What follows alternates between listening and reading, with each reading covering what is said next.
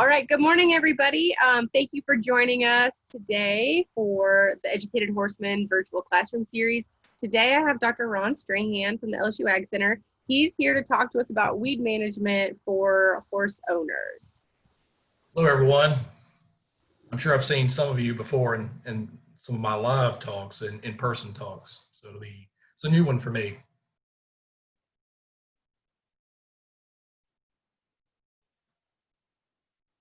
Everybody there?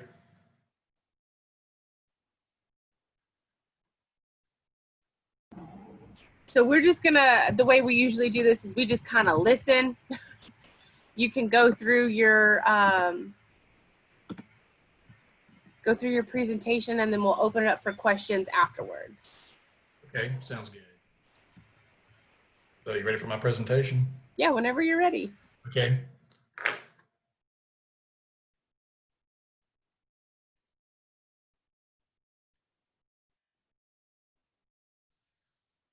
Everybody see that okay?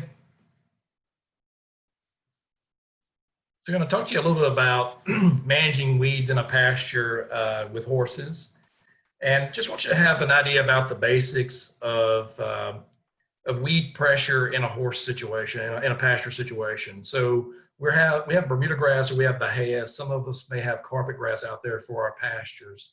And the thing is, though, that weeds are competing with our pasture grasses for some limited resources.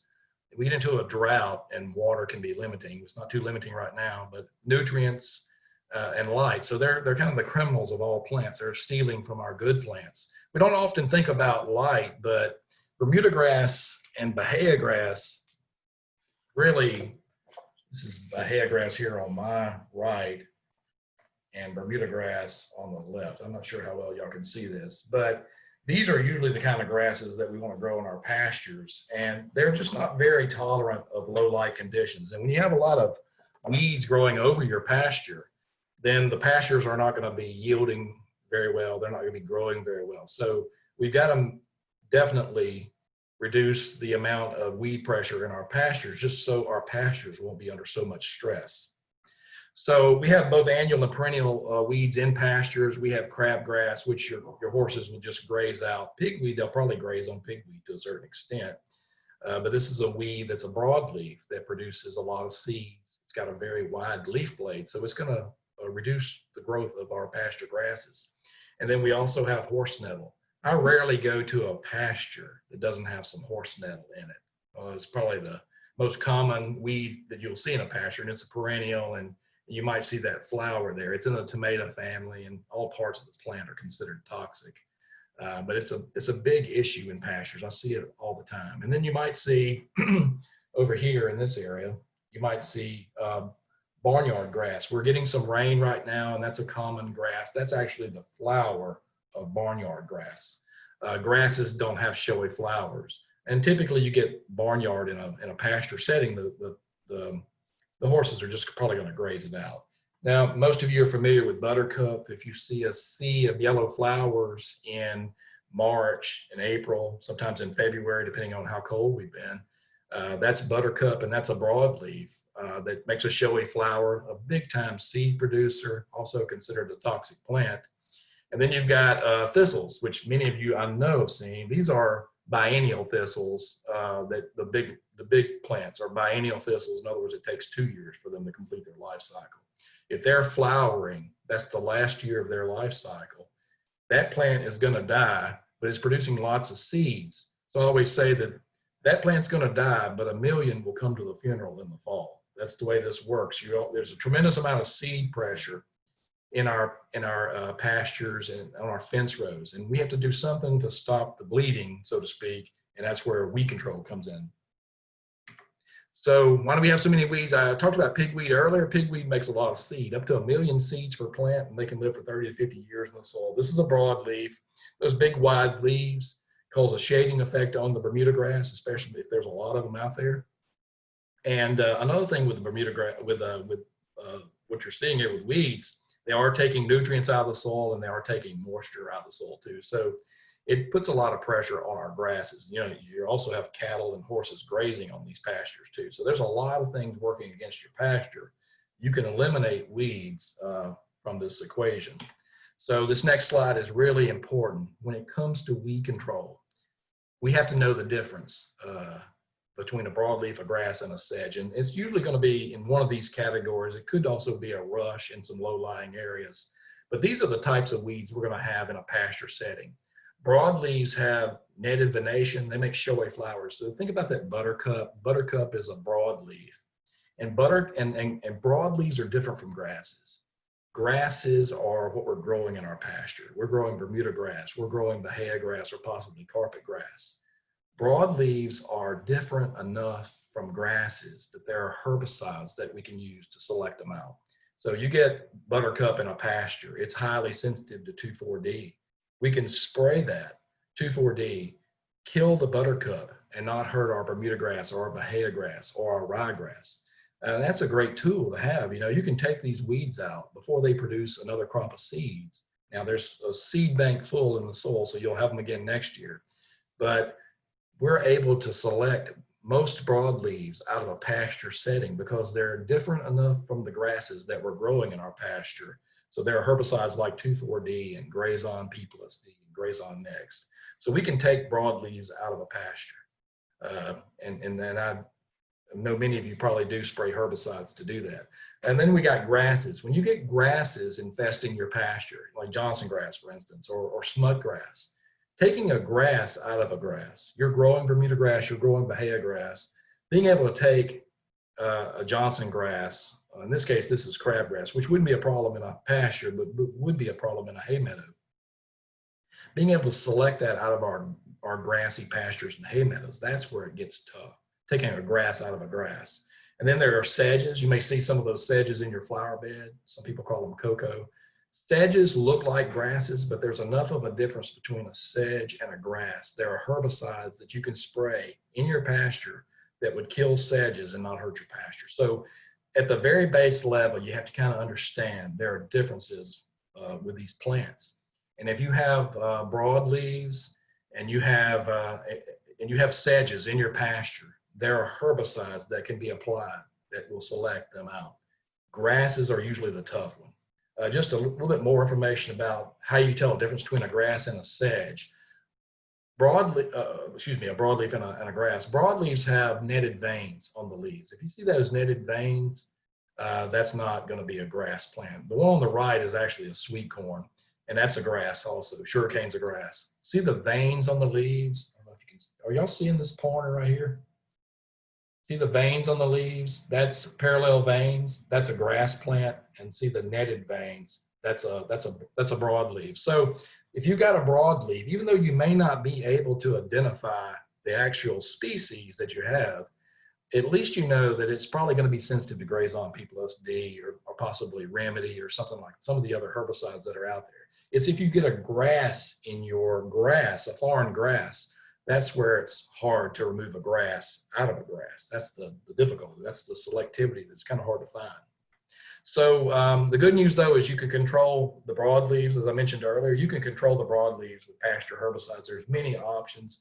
Grazon Picloram, Grazon Next. There's a new herbicide called Duracor. These herbicides can be sprayed in the pasture, kill the broadleaf weeds, and cause little or no injury at all to your pasture. I want you to be able to spray with confidence. You can kill horsenettle in your pasture without killing your pasture. Now grasses, again, because you're growing Bermuda, you're growing Bahia, and you get Johnson grass in there or smut grass, it becomes a little bit harder, although Johnson grass has gotten harder to kill, easier to kill in recent years. So just a little info here for you. There also can be some toxic plants in pastures, and I'm just mentioning Johnson grass. Speaking to Neely and to Howard Cormier, it's not a big problem having issues with toxic plants in a pasture, but Johnson grass is one that can be an issue. That's the one you see in roadsides and right-of-way areas and on fence rows. There can be some toxicity related to Johnson grass. It's a big, tall grass, almost looks like corn growing on the side of the road. But this particular grass does have some issues with it. When it gets under stress, it can accumulate prussic acid.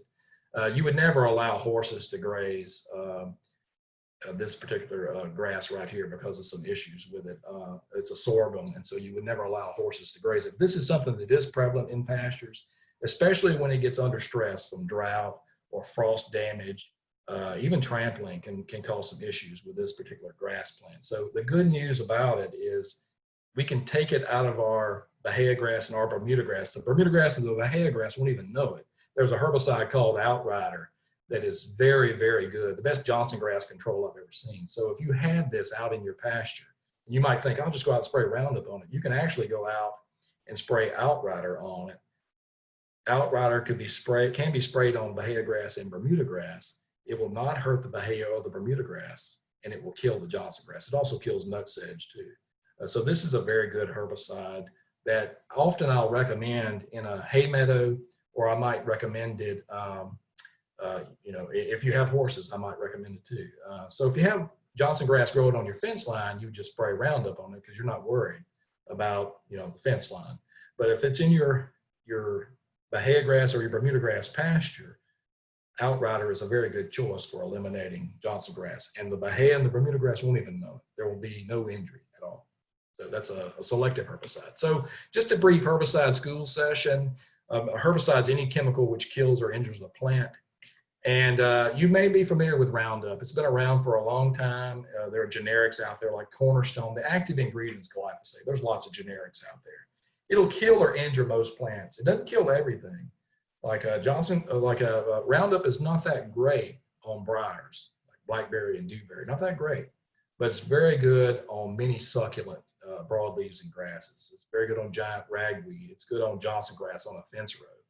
It's good for spot treating in a pasture. It needs green plant material though. You have to spray it on green, actively growing weeds. So if that plant is under drought stressed or frost stress, you're not going to get as good a control because it needs to be absorbed by green plant material.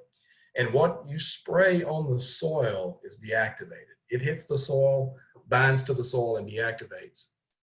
It's not going to stop anything from germinating as a seed. It's going to come right through it. It deactivates when it hits the soil. It's very slow activity with this herbicide too. Very slow. It's cutting down the production of protein in plants, and it stops amino acid production.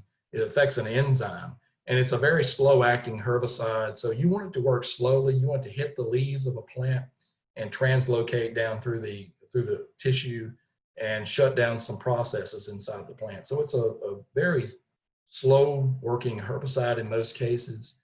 You might detect in 2 to 4 days some yellowing in the growing plants. But this is a tomato plant that somebody accidentally sprayed. They're trying to kill nutsedge. And they sprayed it down near the base of the plant is where they sprayed it. And they were directing spray to the weeds down there. But it translocated from this location to the growing point right here. It moves in the plant. It goes wherever there's activity in the plant. So that tomato plant's trying to get taller and grow. And so it went to the growing point. If that tomato plant was producing fruit, a lot of that glyphosate would actually go into the fruit. It's wherever there's activity occurring in the plant. With Johnson grass in the spring and early summer, it goes all through the leaves and you get a pretty good kill. But you get a really good kill with Roundup on Johnson grass when you spray it in the fall, late summer and the fall, because a lot of the food that plant makes in the leaves, it sends to the root system, and it'll send that Roundup into the root system. And we get a much better kill on something like a Johnson grass with a late fall treatment. So that's a little bit about how Roundup works. It doesn't work on the soil. It doesn't keep things from coming back. It's absorbed by green plant material, and then it moves inside the plant and shuts down processes. And that's why it takes a little while. Now, you may be familiar with 2,4-D. It mimics a hormone in the plant, and it only works on broadleaves. Now, it might injure grasses a little bit, but it recovers very quickly. Very safe on ryegrass, really pretty safe on Bermuda grass and bahiagrass. It's a cheap herbicide. If you buy quantities more than a quart, like a container that's like a gallon or more, you're going to have an applicator card, but you can buy this by the quart. It's very good on succulent broadleaves. It's not quite as good on something like a woody plant, not quite as good on briars. Very little soil activity. This is another one that's mainly absorbed through the leaves of a plant, but it only works on broadleaves. So that's why you can spray 2,4-D to kill buttercup in your ryegrass or in your Bermuda grass, because it works only on broadleaves. The Roundup is non-selective. It works on broadleaves, grasses, and sedges. It doesn't know one plant from the next. But 2,4-D is a selective herbicide that works on broadleaves. So if you have some young growing broadleaf in your pasture, this would be an option for you right here, and it wouldn't hurt your pasture itself. And you can also spray with confidence it's not going to hurt your horses either. So it's less effective on perennial weeds. This is some of the activity that you might see. 2,4-D is very, very tough on tomatoes. Tomatoes are very sensitive to it. See that irregular growth right here? It's called epinasty, all that twisting and unusual growth. You'll see that within minutes after you apply 2,4-D to something that's really sensitive like tomatoes. So 2,4-D, a very, very common herbicide. It's used a lot in other herbicides too, but it works only on broadleaves. I'm probably overemphasizing that. This would be an option for you for killing broadleaves in your pasture. Again, at the very base level, you have to be able to tell the difference between a broadleaf, a grass, or a sedge. You're not going to spray this on johnsongrass and kill johnsongrass. You're only going to kill broadleaves with this herbicide. There are actually some better choices than 2,4-D, then we'll talk about just a little bit. So again, we have types of herbicides. We have non-selective and selective herbicides. Roundup is non-selective. It doesn't know one plant from the next. Now, it doesn't work on everything. I mentioned it's not very good on briars.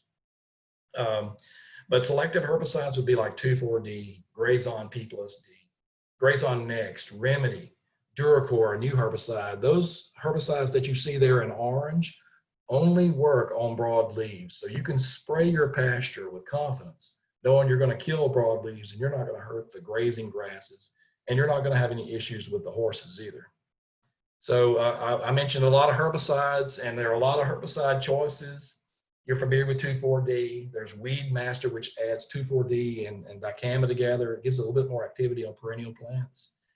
Crossbow, you may have heard of before, is 2,4-D, and it has triclopyr. When you see the word triclopyr, think dead brush. It's very good on brush, very good on fence rows, woody plants, good on sweet gum, good on Chinese tallow trees. Remedy has the active ingredient triclopyr. Remedy, you don't have to have an applicator card to get. Really, where I use Remedy a lot is on a fence row. It's a very good fence row herbicide. Put 2.5 ounces in a gallon of water. It's very good on briars and brush. Very good on, it really clears them up, but it doesn't work very well on grasses, doesn't kill grasses. So you might add Roundup to it on a fence row. Remedy and Roundup in the same sprayer and spray your fence rows, because the Remedy is very good on brush. Roundup is good on pretty much everything else, grasses and succulent broadleaves. So that's a good combination. Then you may have heard of MSM before, Cimarron. That contains metsulfuron. When you see the word metsulfuron, think dead bahiagrass. That's the one you have to watch if you have a bahiagrass pasture. So MSM is a product that's been around for a while. Metsulfuron, it's not MSMA, it's MSM. And it's very good on briars. It's pretty good on some brush. It's good on broadleaves too, but you cannot use that in a bahiagrass pasture. But all the ones you see right up here, all of those can be sprayed in pretty much all pasture grasses. So some more choices here. I recommend Grazon P+D a lot. It's always, when we do a lot of testing at LSU, it's always usually in the top 3 on controlling most weeds you're going to have. When in doubt, I say spray Grazon P+D. There are generics out there. It's a restricted use product, so you're going to have an applicator card to use it. But it's a very good product, very good on Chinese tallow trees. Its weakness is briars. It's not real good on briars. Also, that P part of Grazon P+D is Picloram, and that's a tree killer. So if you have trees out in your pasture or on a fence line and you want to save them or you don't have any injury on them, the Picloram part of Grazon P+D is a tree killer, and it's root uptake mainly. So if you spray around your trees, you want to stay 2.5 times the canopy of that tree. You have those feeder roots that go out from a tree, like a pecan or an oak tree, and you may get some injury or possibly kill the tree. So Grazon P+D would be one you'd have to watch around trees, and it's restricted use, but it's always in our top 3 herbicides when we do the testing. There are generics out there too now. Usually we're somewhere around a quart per acre, and it's in that $8 range or so per acre. Pasture Guard is you don't have to have an applicator card for it. It's pretty good on brush and briars. And Surmount up in the northern part of the state where they grow a little cotton, and there's some 2,4-D restricted areas, and you may Cotton's another herbicide, another plant that's very sensitive to 2,4-D herbicide. And so Surmount doesn't contain 2,4-D, and so this is one you could spray it around the cotton areas of North Louisiana and Northwest Louisiana. So Surmount, also a very, very good herbicide for most of the weed pressure you're going to have in your pasture, broadleaf weed pressure. So there's a new herbicide called Duracor that you could spray in your bahiagrass or your bermudagrass. And it's a couple of one active ingredients that's fairly new to pastures, and that's fluoropoxamine and aminopyrrolide. And this herbicide was just released in 2020, and we're still evaluating it. It can be tough on clover. Anytime you see the word aminopyrrolide, that's tough on clover. There's no grazing restriction. You can spray with your horses out in the pasture. It's not a restricted use herbicide. You can go buy this herbicide without an applicator card. So this is one we're still evaluating, but I think it's going to be a nice tool for us to have, especially if you don't have an applicator card. See, it doesn't contain 2,4-D. 2,4-D is the problem herbicide for drift on the gardens and some of the crops that are out there. So I think it's going to be a nice tool for many of you, especially the horse people. Some of you may not have your applicator card. I think this is going to be a good one for you to remember. Hey, Ron. Yes. Before you move on, we just had a quick question. Will Grazon kill chicken trees? The question is, will Grazon kill chicken trees? It's very good on chicken trees, Chinese tallow trees. Very good. Grazon P+D especially. There's two versions. There's Grazon Next, which is pretty good on chicken trees. And then there's Grazon P+D. The Picloram part of Grazon P+D is the magic bullet on Chinese tallow chicken trees. So Grazon P+D is extremely good on Chinese tallow trees. That's a good question. So again, I want you to spray with confidence. You're not going to kill your horses. Most of these products have no grazing restriction. I'd say 99% of them have no grazing restriction. You're not going to kill your pasture. Read the labels. Anything that contains metsulfuron will kill bahiagrass. So if it doesn't have metsulfuron in, just look at the label. There's several products like Cimarron, MSM, Chaparral. These are all metsulfuron containing herbicides, and that would be tough on bahiagrass. But other herbicides like Grazon P+D, 2,4-D, Grazon Next, they can be applied, Duracor, they can be applied in all pasture grasses. And they only work on broadleaves like Briars, or they're going to work on a Horsenettle or something like that. And be calibrated. It's not hard to calibrate at all. I have some handouts that I can get in your hands that will help you out a bunch. And just, I mentioned grazing restrictions. Most of these herbicides, 99% of them, you can spray them with the animals out in the pasture. There's like a 3-day restriction if you're going to slaughter. I guess y'all not going to slaughter any of your animals and eat them. But unless they're cattle, there's for some of them, they're like a 3-day restriction on that. You have to pull the animals off the pasture if you're going to slaughter, if there's cows. But for most of these herbicides, you can spray with the animals out in the pasture. That's how safe they are. So just spray with confidence. You're not going to hurt your pasture. You're not going to hurt your animals that are out there. And you're going to do a really good job of killing weeds, especially if you're calibrated. And so I have these handouts that I can get in your hands. These are calibration handouts. We call them caveman calibration because you pretty much don't have to use any math at all. And you can calibrate your sprayer. So you know, when I tell you put a quart per acre out, you know exactly how much herbicide to put in that tank because you know how much volume your sprayers are applying. So we can get this in your hands. It's very, very easy. It just takes a few minutes to calibrate your sprayer. It will really save you money in the long run. And I think everybody should calibrate their sprayers. It's not hard to do. Many of you use these boomless nozzles, and I have a section that shows you how to calibrate a boomless nozzle. That's kind of changed the way we spray pastures, really, because we don't have all those booms out there hitting gates and hitting fences. So it's really changed how we grow, how we spray our pastures. So I really think you should be able to calibrate your sprayers. Pretty much everybody can. When we call it caveman calibration, because even a caveman can calibrate. So it's something to consider is calibrating your sprayer. Another thing too is, at least at the very base level, you have to be able to tell if you've got a broadleaf or a grass or a sedge at the very base level. But I have a handout here that also has a picture of the most common weeds in pastures. And what we recommend to control it. You know, there are herbicides and we test them every year, and we have a pretty good feeling about which herbicides are going to work on something like a blackberry or a dewberry. We know that 2,4-D is not a good herbicide on blackberry and dewberry. We know if you have blackberry, dewberry, briars in your pasture and you spot treat Roundup on them, you're going to be disappointed. We think Remedy would be a better choice, or something with metsulfuron, knowing too that metsulfuron can kill bahiagrass, but it's very good on a fence row too. So we've done a lot of testing through the years at LSU. So we have a handout here that will probably help you in choosing the correct herbicide. And again, we do a lot of testing every year. I have test out. When I get through with this presentation, I'm going to go eat lunch, and I'm going to St. Martin Parish, and I'm going to put out another a pasture herbicide study, a research trial on an experimental herbicide. So we test herbicides that won't be labeled for several years. So we do this, and we provide this information to you. So we can help you out. You're not in this alone.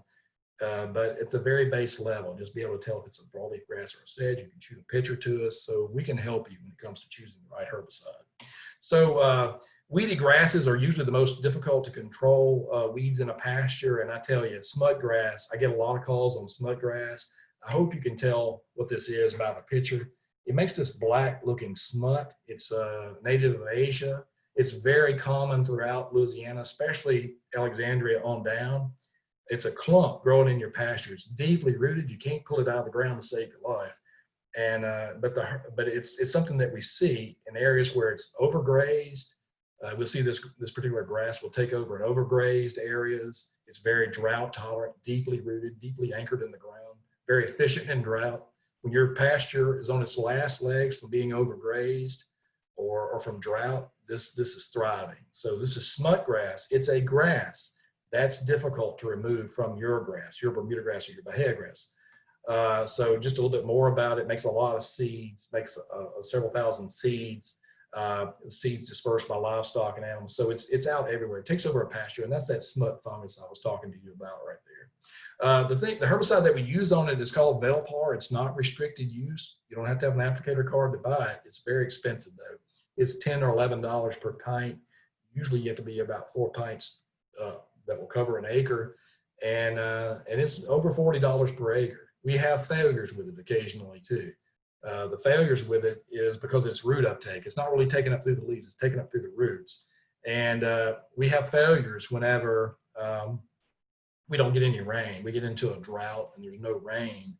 So you have a smut grass problem in your pasture and you spray it, say in July, and it doesn't rain for 3 or 4 weeks, that Velpar is probably not going to work on your smut grass. So you have a failure and you just spend over $40 per acre and you have a failure. So we want to spray Velpar whenever there's going to be rain coming. You know, either that day, you could spray it in the rain because it's root uptake. With many of these other herbicides that we recommend, I'd say 99%, you don't want rain to be coming for the next few hours. You want to have time for that herbicide to get into the plant through the leaves. You don't want to get it washed off. But for this particular herbicide right here, Velpar, you want to have rainfall soon after you apply it because it's completely root uptake. And we've had failures when we didn't get it. So, but it has been very good whenever we get the kind of weather that we need, the rainfall that we need. May, June has always been our best time to use Velpar, but smut grass is a huge problem. So if you see a lot of these clumps in your pastures, and it makes that black looking seed head. It's a single seed head.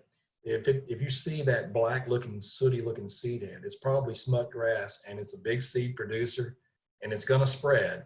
And you can spot treat Velpar in those areas, or you can broadcast it. But Velpar is a very good herbicide. It's actually better than Roundup on smut grass if you can get the rainfall that you need.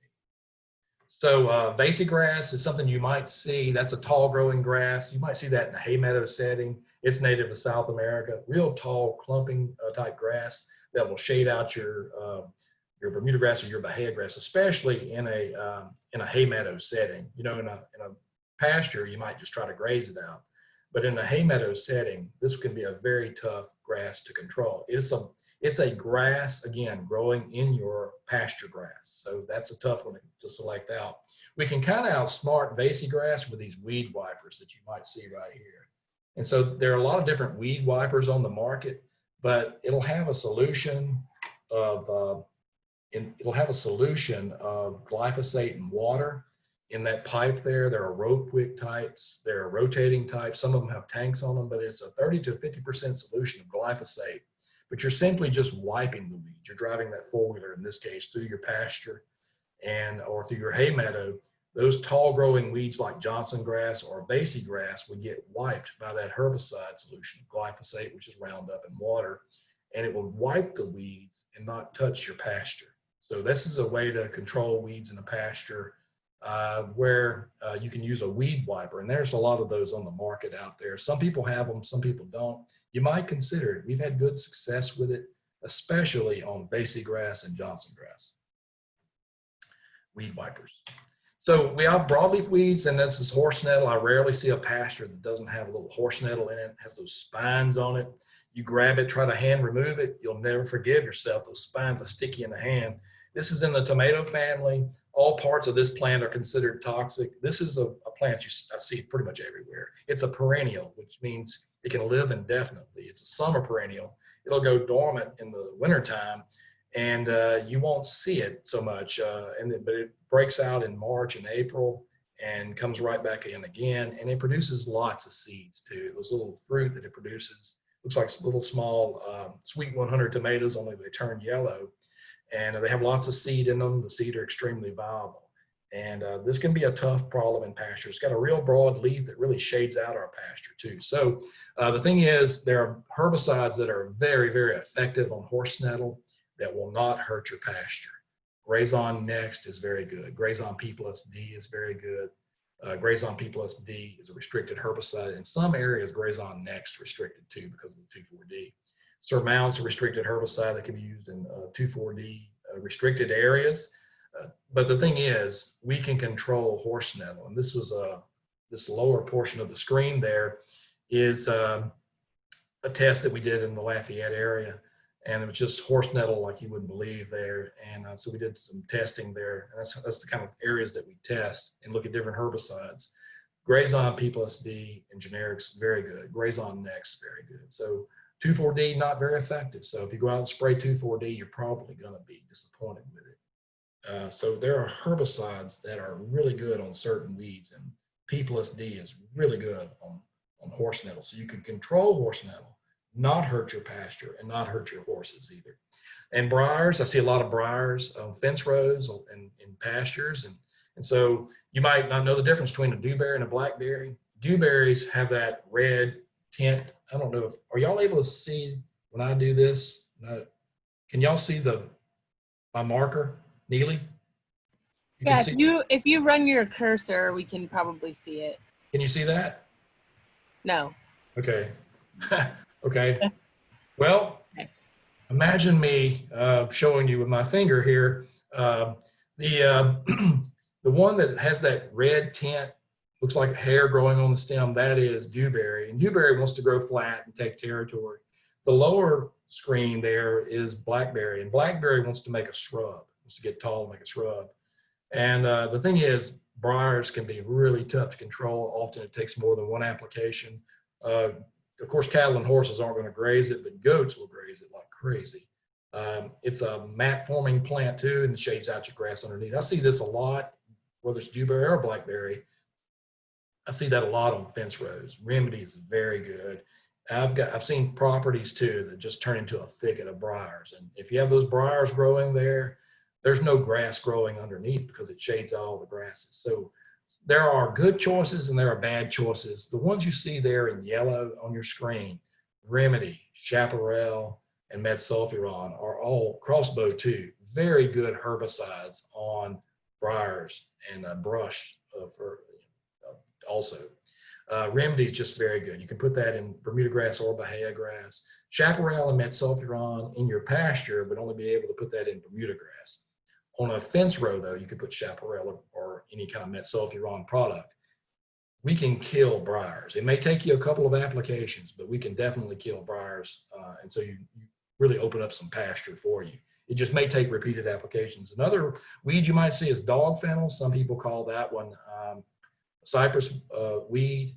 But Dogfennel is another perennial that has windborne seed, and Grazon P plus D is also very good on that one. But that's one you see growing a lot on fence rows too, and that becomes a seed source. As you get late into the summer and the fall, the seeds blow through the air, and it spreads all into your pasture. So this would be one to control. P plus D is very good on it. It's a broadleaf. It may not look like a broadleaf to you, but it is a broadleaf. If you looked at it under a dissecting scope, you would see the veins going in different directions on the leaves. So you can kill Dogfennel. P plus D is very good. Another one you may see in pastures is thistles.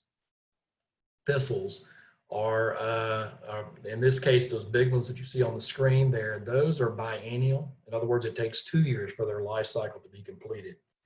There are thistle names like bull thistle, yellow thistle.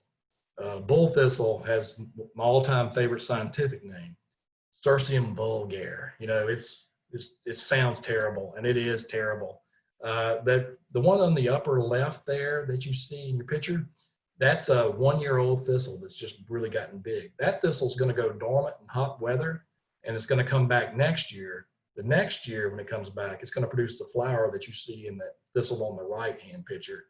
And it's going to produce those seeds that you see on the lower left-hand picture, and they're going to fly through the air, and that's next year's crop and several years' crop. So the thing is, we want to control thistles. You can spot treat the thistles, or you can broadcast them. If you're trying to save clover, herbicides like Grazon Next, P plus D, Chaparral, even 2,4-D are very good at controlling thistles, but they're tough on clover. If clover is not an interest to you, you're not worried about killing your clover, just broadcast any of those herbicides that you see. If you want to spot treat them with Roundup or with 2,4-D, 2.5 ounces in a gallon of water is very effective in spot treating thistles. I can show you some pictures here. This is before and after shot on spraying glyphosate on thistle. It's very, very effective on thistles. So you can do this like in November and December when it's not so hot. Spot treat those thistles and kill them out of your pasture. And it can be a lot of work if you have a lot of thistles if you're spot treating. If broadcast treatments are going to be easier, but they do kill your clover. So Chinese tallow trees are another issue that we see. Naturally, it's native of China. It's a tremendous seed producer. It takes it about 3 years to start producing seeds, but it is a tremendous seed producer. And so we'll see them on our fence rows, and they often will become our seed source for our pasture and our neighbors' pastures. Or you have an area that's undisturbed, it's going to turn into tallow trees, especially in South Louisiana. It is our #1 weed problem in wetland areas. It's just highly, highly invasive in those areas. You can probably still buy this as the popcorn tree, believe it or not, because it makes beautiful fall colors. And I always tell people, it makes these beautiful fall colors. And if you plant one of them in 3 to 5 years, you'll have pretty fall colors, and all your neighbors are going to have pretty fall colors too, because birds spread the seeds everywhere. The thing is, with tallow trees, you have to stop them eventually because they're producing so many seeds. And what we have seen through years of research is anything that contains Picloram is the magic bullet. Grazon P plus D, the P part is Picloram. And then with Tordon, that's Picloram also. Crossbow's very good. Remedy's very good. We can kill those big Chinese tallow trees. We can kill in our pastures, especially 3 or 4 feet tall ones. The big ones on your fence row, you eventually need to take them out too. That's your big seed source trees. And that hack and squirt method is very good. And that's when we take this product, Tordon RTU, and every 3 inches of trunk diameter, you make a hack on the tree. So if it's a 6-inch tree, you'd make a hack, and then squirt the herbicide in, and it's going to be very effective. I've never seen this fail in killing Chinese tallow trees. So it's a very good herbicide. It's not restricted use, but it's the hack and squirt method. So you have to injure the plant. You have to get the bark. You have to get that herbicide into that bark area. You do that with a hatchet, and every 3 inches of trunk diameter, you make a hack and squirt the herbicide in. And I've never seen this fail, no matter how big the Chinese tallow tree is. Now, a little bit more information about it, and that's how we do it right there. Be careful around desirable trees. It's such a foreign substance to a tree, it gets exuded out the roots of the tree that you treated and may get picked up by the tree nearby. So that's okay if it's another Chinese tallow tree that you happen to have missed, but if it's a fig tree or an oak tree or a pecan tree on that fence row or out in your pasture somewhere, that herbicide gets exuded out the roots, the Picloram, it may get picked up by a desirable tree. And so that would be a problem, definitely a problem. So just be careful with that herbicide. Just make sure it's not something that you're that you're treating, that's something nearby that may kill your plants, the desirable trees. So it's December through February. We're going to be using 2,4-D to kill Buttercup. Buttercup's just widespread in pastures. It's a huge problem in pastures, and it's easily killed with 2,4-D, cheaply killed too. 16 ounces per acre. You can do this in January, February, and March. We've even gone as early as December and had great results. If you've got a history of Buttercup in your pastures, you're going to find that you can easily control them with 2,4-D, and you're not going to hurt your ryegrass. You're not going to hurt any bermudagrass underneath, and you also will see that white clover that's well established will tolerate those rates of a pint or less in a pasture. So we know we can control Buttercup in a pasture. It's very easily controlled with the right herbicide. And my favorite fence row treatment, I just kind of threw this one in a while ago. I really like Roundup plus Remedy on a fence row. It's very good at killing brush and briars, and then you add the Roundup to it, and the Roundup will pick up johnsongrass and succulent plants like giant ragweed and some other plants that you might find, broadleaves and grasses growing on your fence row. So I like this combination a lot for controlling brush and briars on a fence row setting. Very, very effective. And are there any questions about anything I've talked about so far? You see any questions out there, Neely? I haven't seen any. I have a personal question though, Okay. and maybe a couple of people are thinking this. How do you get started? Like if I'm gonna go, I know I've got a tree, let's say Buttercup, not now obviously, but I'm gonna make a plan, and then this year I'm gonna spray my pastures for Buttercup. Where can I go find these products? Yeah, so that's a very good question. A lot of your feed stores, I mean, pretty much all your feed stores are going to handle some of these herbicides that are either going to be restricted use or not restricted use. And so like 2,4-D, I've seen those at big stores like Tractor Supply. You can buy it by the quart without any restriction. They're more expensive that way. But feed stores, where you're buying your feed, often they'll have these herbicides there. And we also we'll provide you some handouts that's going to help you too in choosing the correct herbicide. The thing is, if you don't start controlling the weeds in your pasture, they're only going to get worse. They're going to produce seeds. Many of these pasture weeds will tolerate periodic clipping. So although clipping is great because it does open the canopy up, but you need to clip more often if you're not going to be using herbicides. So clipping can be part of your weed control, but herbicides, eventually you're going to have to stop some of these plants from producing seeds. On a fence row, I don't know how you'll stop briars unless you spray them with something. So, but these products can be found at most feed stores, Tractor Supplies, and other places that will have them. I really like the local feed store though, because most of the time they're going to have a lot of knowledge too in helping you decide which ones to use. And you also have county agents that will help you out too. And they'll eventually get to me if they're not sure about it. Yeah. So Howard asked, what can you recommend for grass/weed control along arena fences where you can't till? What about bare ground herbicides with residual control? Yeah, so there are some bare ground herbicides that are out there. There's one that used to be available called Sahara, but that's kind of gone off the market. But the actual trade name Sahara has gone off the market. But there's another one called Mojave that's out there. It has the same active ingredients. It contains arsenal, and it contains diuron, and that's a long-term residual herbicide. There's one called Esplanade that gives you some long-time residual control around fences. Esplanade Easy is a version that's out there.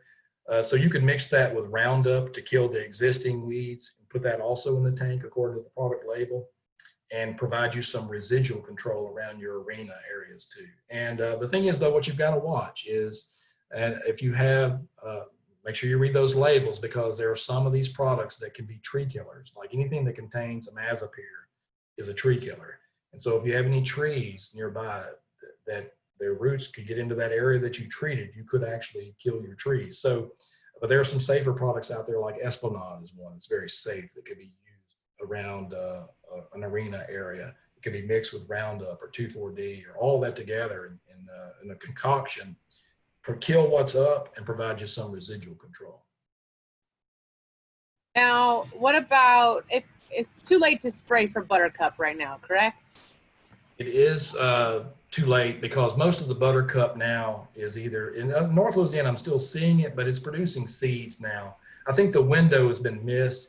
Usually by the time you get into mid-April, we're pretty much past the window. We stayed a little bit cool. We kept the Buttercup around a little bit longer. It's a cool season broadleaf. So it lingered a little bit longer than it typically does. So I like that January timing or early February timing if I'm going after Buttercup. So what's the best way to handle it now? Just leave it alone, or do we mow it? Now it's an annual, and the heat is going to kill the plant that was out in your pasture. But like many of these weed problems, when you miss your window, that plant's going to die from heat or from cold if it's a summer annual. But it's going to produce lots of seeds, and the seeds are going to just add to the soil seed bank. And so if you had a lot this year, you're going to have even more next year because it's adding seed to the seed bank. That's why eventually you have to address the weed problems. Our grasses that we're growing in our pastures are not going to tolerate all the shading long term. So eventually you have to either clip them out, clip the broadleaves out, or try to treat them. And Buttercup is one I would treat out, most definitely. Spray it with 2,4-D. And one of the, you don't really have to worry about the Buttercup being a toxicity issue. For those of you who aren't aware of that, Buttercup can be toxic to horses, but just if you don't know and you're worried about trying to get it out of your pasture right now, you don't really have to have that as a concern unless there's nothing else out there for them to eat. Usually horses will not eat Buttercup because it's not very palatable, as long as they have other things to chew on. If they don't have other things to chew on, you might want to consider mowing it or getting rid of it, or not keeping the horses on that area until those Buttercup die out. Yeah, that's the thing now. It's dying out on its own. But what we were trying to do with the application in, say, January or February, maybe March, was try to kill those plants, get them off the field early, off the pasture early, but also stop their seed production. So your window's closed. The heat is going to take them out now, and they've already produced their seeds more than likely. Yep. Anybody else have any other questions before? I'm going to check on the Facebook and then check over here. Give people a second. Now, if I have to have, say I've got something really aggressive that I have to treat, how do I get a hold of some of those restricted chemicals? Well, many of the better herbicides, like Grazon P+D, Surmount, a few others, are restricted use products. You would have to get your applicator card, and that's through the Department of Ag and Forestry, Louisiana Department of Ag and Forestry. But they're becoming more available herbicides that you don't have to have your applicator card for, like Duracor, for instance. Remedy, which is a really good brush killing herbicide that would be safe in your pastures. That's one you don't have to have an applicator card for. So I think there's a trend that's getting away from restricted use herbicides. Often the restricted use herbicides are because of 2,4-D or they're for Picloram. And so I think there's a trend that's moving away from restricted use herbicides. But if you want something like Grazon P+D, which is fairly inexpensive compared to some of the other herbicides, and especially considering what kind of control you get, you would have to have your applicator card for that one. And most of these feed stores are going to have it, or they're going to have a generic of it. It's been out so long, there's a generic of it now too, several generics. Great. I've got two questions. One, how do you get rid of burr weed? Is it lawn burr weed, like sticker weed?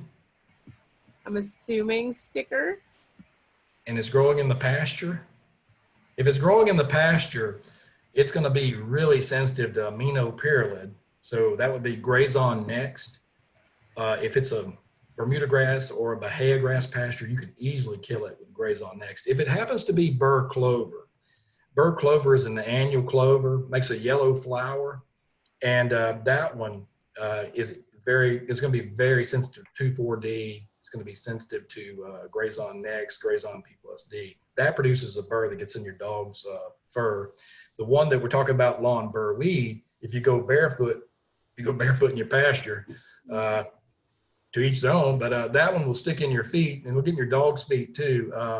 That's the one we always call sticker weed. It may be, in your lawn too. In your pasture though, we can easily treat it, kill it before it produces its seed. It's a cool season broadleaf, and it's producing seeds now. The seeds are the stickers, and that's a method of transport for the seed.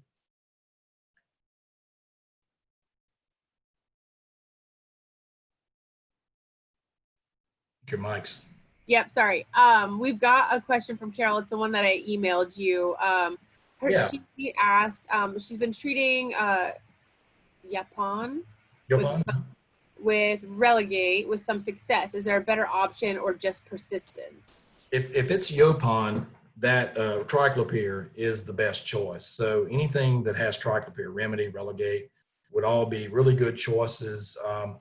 It can be tough. If you're spot treating it, I like 2.5 ounces of Remedy or Relegate per gallon of water in spot treatments. And, we've had good luck controlling it. It takes a while for it to work, usually 2 to 3 weeks for it to work, but it's usually pretty effective on Yapon. Great. And then Mr. Howard also asked, his audio is not working, or he'd asked, but he asked if you could talk about boomless or flat fan nozzles to small sprayers. Yeah, so we mentioned that one earlier. Boomless sprayers are kind of helped us a bunch. If you have a lot of gates and fences, flood jet nozzle type sprayers where you have either a single nozzle or a cluster of nozzles, instead of having a big wide boom, they're a little bit, probably not quite as accurate as a boom sprayer, a boom with evenly spaced nozzles, but very effective though when you consider they're less hassle. You can get close to your fences with them because you don't have to worry about a boom getting tangled up in a fence or in a gate. There are nozzles at feed stores that you can buy, and there are boomless sprayers that you can buy. I personally have a boomless sprayer just because of all the gates and fence row potential. I'm a reckless driver when it comes to tractors, and so I have to be careful. And so this boomless sprayers have kind of revolutionized spraying for me in the pasture because I'm going to hang that boom on something. I hit a bridge one time on the side of the road with a boom sprayer. So it tells you a little bit about how reckless I am. But a boomless nozzle is, we can calibrate it in that handout. I have a handout on calibrating that boomless nozzle. Not quite as accurate as an evenly spaced nozzle, but all the nozzles are in the middle and they're not sticking out anywhere, or it'll be a single nozzle and it'll spray anywhere from 10 to 30 feet depending on the cluster or how it's arranged. So boomless nozzles have really helped us out a bunch. They're not as easy to spray in the wind. In fact, we don't recommend using them in wind. We don't recommend spraying at all in wind. Heavy wind, you get 7 or 8 miles per hour. That's about as good as it's going to get. You start spraying in heavy windy conditions, you're going to end up getting herbicide where you don't want it. Somebody's going to eventually call you about it. And one more about the burr weed. What's the best time to treat for that? So if it's the burr weed in the lawn, if it's in the lawn, you have some options. I like a product called MSM Turf, and you can spray that in February. It's safe for all St. Augustine centipede grass, Bermuda grass, and zoysia grass lawns. It's called MSM Turf. It's a very low use rate. It's like an eighth of a teaspoon per gallon of water and a tablespoon of surfactant. That's what you would use in your lawn. In a pasture setting for lawn burrweed, I would spray that with Graze On Next, or Graze On P+D would also be very good, and that could be used on all pasture grasses. Many pasture grasses that we have. And so if it is lawn burrweed, they probably got in their yard, and I'd probably stick to that MSM Turf. It's not an expensive herbicide. Feed stores are going to have it. It's like 1/8 of a teaspoon per gallon and a tablespoon of surfactant that could be sprayed in your lawn. I would target around Valentine's Day. What better way to say I love you than to take the stickers out of your yard, you know? Anyone else? Yeah, I've got one more. So wait, let me double check. Now, for me personally, I don't have the option for a boom sprayer or anything like that. I've just got like a little backpack sprayer. We have about 10 acres that we have to take care of, but we don't have a whole lot of anything crazy going on. We just really have to deal with Buttercup. Is it possible to get this done with just a backpack sprayer? Or would you recommend jumping on something bigger? I think it's time to step up your game. You know, if you got 10 acres of pastures and I don't think you can do this with a backpack sprayer. You could spot treat with a backpack sprayer. I do this in my own pasture. I have some property in North Arkansas. And I do a lot of spot treating of thistles, for instance. But something like Buttercup that's so widespread in pastures, I think even a four-wheeler would make that easier with a boomless nozzle on a four-wheeler or evenly spaced nozzles. You'd be surprised how many acres you can cover. But I think you're going to find that for something like Buttercup that's so widespread in the pasture, it's not practical to spot treat. But a solo backpack sprayer is part of my arsenal, really, when it comes to treating weeds in a pasture, because I'm sure I don't have as many acres as probably some of you have, but it's really good to go out and spot treat things like thistles. You can put 2.5 ounces of 2,4-D in a backpack sprayer per gallon and spot treat weeds in a pasture. If I had briars, just localized areas of briars in my pasture, I might take some remedy and use 2.5 ounces of remedy per gallon of water, and then go out and spot treat the remedy in my spot treat the briars in my pasture. Put a little surfactant with it to help it stick to the plant. So help it get into the plant. So a backpack has its place, but I think a broadcast sprayer or a single nozzle boomless sprayer or a cluster sprayer might be in your future if you're going to be treating big acreage. Yeah, most definitely. Great. I think the only other thing I'm gonna ask it one more time to see if anybody else has any more questions.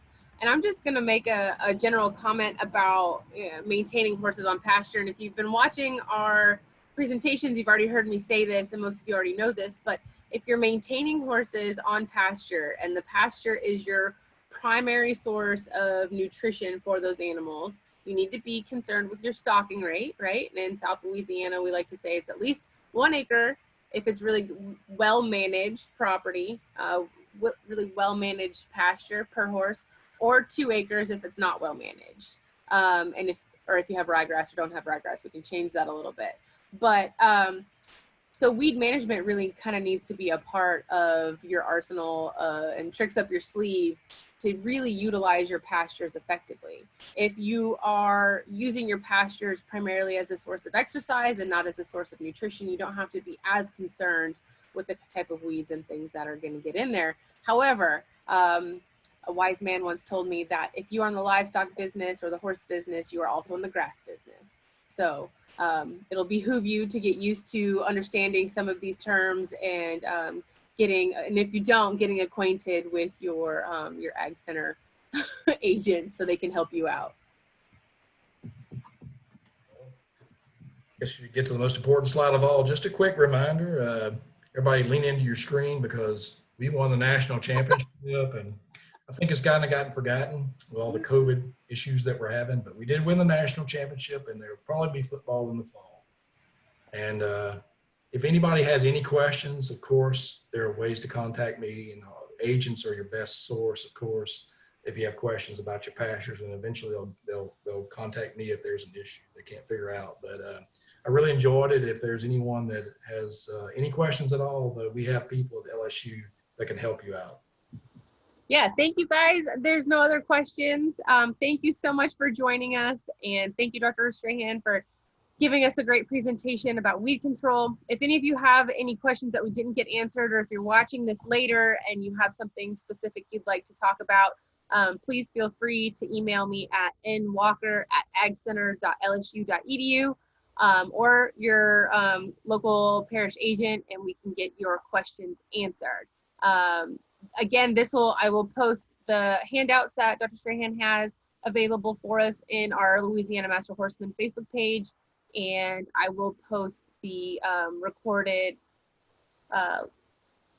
seminar here shortly. Thank you. Yeah, thank you guys again. We'll see you next time.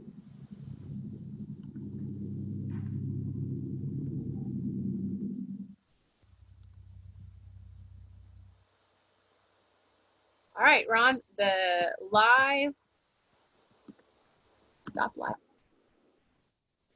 Okay.